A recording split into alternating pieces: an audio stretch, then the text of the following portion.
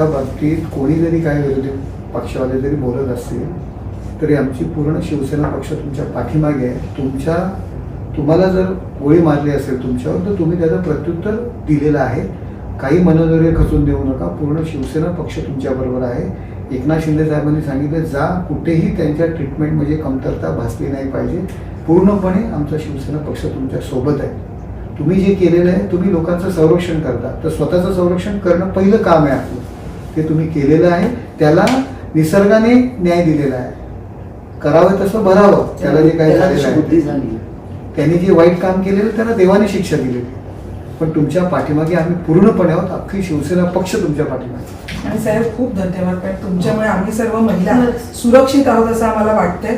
आणि तुम्ही आज जे काही केलं ते खरोखर आम्ही सर्व महाराष्ट्रातल्या सर्व महिला तुमचे खूप आभार मानतो. खूप खूप धन्यवाद. आणि कसं आहे की त्या दिवशी जेव्हा बदलापूरमध्ये पोलिसांवर पण वाटेल तशी आरोप केले होतात.